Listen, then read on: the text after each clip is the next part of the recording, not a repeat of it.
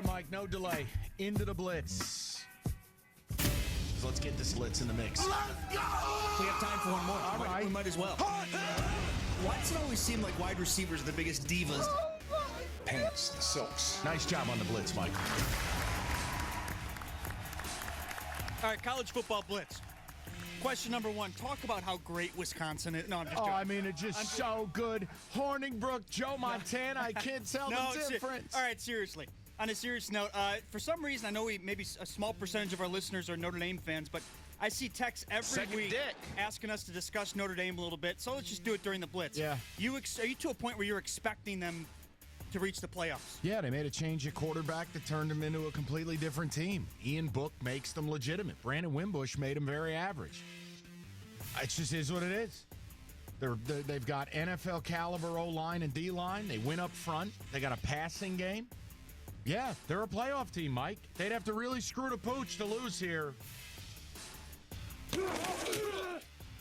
React to the statement, true or false. Justin Herbert has been the most exciting player in the nation so far this year. No, false. That's ridiculous. I mean, he's fun to watch. I think he's going to be the number one pick in the NFL draft. If he's not, it's because the team that has number one pick doesn't need a quarterback, Arizona, Buffalo, whatever. He's a fantastic player, but most exciting? Come on, calm down. No. South Carolina Sucks. was the most overhyped team coming into this season. Do you agree with that, or is there another team that comes to your mind that's completely overhyped? They're 62 miles up the road. Michigan State. Started the year number 11, playoff team. ESPN listed them as one of the 9 teams in the country to make the playoffs. You kidding me? They're probably not even going to make a bowl. MSU. Leave the Gamecocks alone. Well, I don't get a damn brain, man. Shut up, Lou. I'm going to read you these couple sentences, see if you agree with this or not. Sure. Hard to imagine anyone expects Missouri to come close to beating the Crimson Tide on Saturday in Tuscaloosa. But that being said, the shootout between Drew Lock and Heisman favorite Tua Tagovailoa makes this must-watch television this weekend. False. It's a bloodletting. And I've watched Missouri. I hate their offense. I just can't stand it. It's so rinky-dink. I do like the tight end they got, though, Albert Bombadamba, or whatever the hell his name. They call him Albert O. He's good. Locke, I don't love. I got to be honest. I know people think he's an NFL quarterback. I don't love him. Next. Interesting matchup this weekend between Colorado and USC. Colorado unbeaten, although they haven't really played anybody good. And USC, they've obviously had a lot of issues this year too. But USC favored by a touchdown in this game. Can you see USC finally starting to get things back on track, or are they just a total mess? I mean, sure, what, a win over Colorado's getting things back on track? Is that where USC football's at? I would take them in the game because I think Colorado's fake. I don't think they've beaten anyone. Their one win that was supposed to be good was against Nebraska, and Nebraska's turned out to be a grease fire. So, no, I like USC in the game, but USC football, in order to get back, they need a CEO. They need a real coach. They need somebody who's going to elevate that program, and Clay Helton is just not it. Clay Helton is white Bobby Williams. He's just a nice guy. Fury touchdown. I was reading a few Big Ten, State of the Big Ten type previews today. Does Ohio State still look completely unbeatable in Big Ten play this season? Well, yeah, I mean, look, they're playing Michigan at the Shoe. They've already passed the PSU test. MSU's a dog. So, yeah, I'll say yes. And it's because of the depth up front on defense. That D-line is going to be able to really create problems even without Bosa.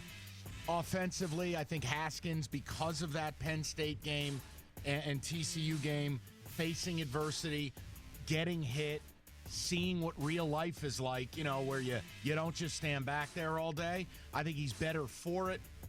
Yeah, I'll say yes.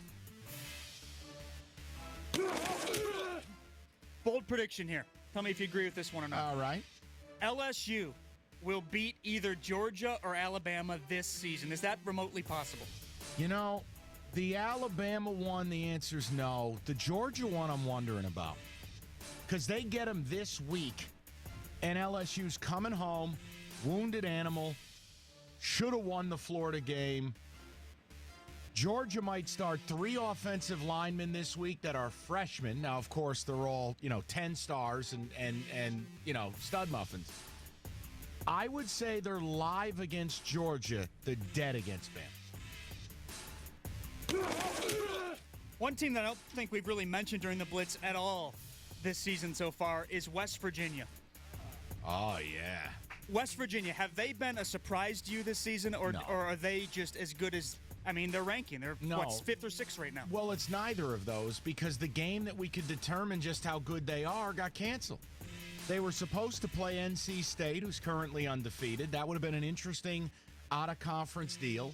But Will Greer's a Heisman contender. David Sills is an NFL receiver. Holgerson's one of the 10, 12 best offensive minds in the country. No, they're legit. Now I just need to see him go out, and they got to finish the deal. We all thought it was going to be West Virginia, Oklahoma in the Big 12 championship game now that they finally got one. Maybe Texas plays a role there, but no, I'm not surprised at all. They're damn good, man. And Greer's a damn good college quarterback. Another bold prediction for you. True or false? Iowa will hang around the Big Ten West race until the end. False. This season. False. They complete frauds? Absolute gutter trash. False. They're impossible to watch. They are no fun. They have no creativity. Their offense makes Dave Warner look like a genius. No, none of it. They the least fun team you'd watch? No, MSU would be the least. Well, fun. okay, besides MSU. Is there a team that you see on TV and will never just tune into? Rutgers. No, Iowa to me shouldn't be allowed to go to a bowl. You can't ask people to pay to watch that crap. It's crap. 2 more bold predictions to end with quickly. I think these ones, when I saw these bold predictions that were listed, were actually pretty easy ones to identify. But let me see what you think. Bold prediction, all 14 SEC head coaches will return for 2019. They won't have one firing over the course of this season or the offseason. Yeah, you can't fire Pruitt at Tennessee. Who's Vandy's coach? Not Anthony Mason. What the hell's the guy's name? He's only been there for 2 years? Derek Mason. Derek Mason. Yeah, you're right. I just hear David back here. He goes, I don't know, some black guy. Well, David's not wrong. It's Colored is fine. All right. No, okay, yes, Mike. Real bold. Half the guys are first-year coaches. Well, and last question here. Tell me what you make of this. I was kind of surprised at this, considering they're 0-5 right now. Nebraska will make a stunning late charge for bowl eligibility this season. Are they moving to Division II? No, absolutely not. I think a lot would have to happen. I'd have to take Who was that written by? Scott Frost? No, that was College Football News, I believe. Yeah. Well, here's some news. Wrong.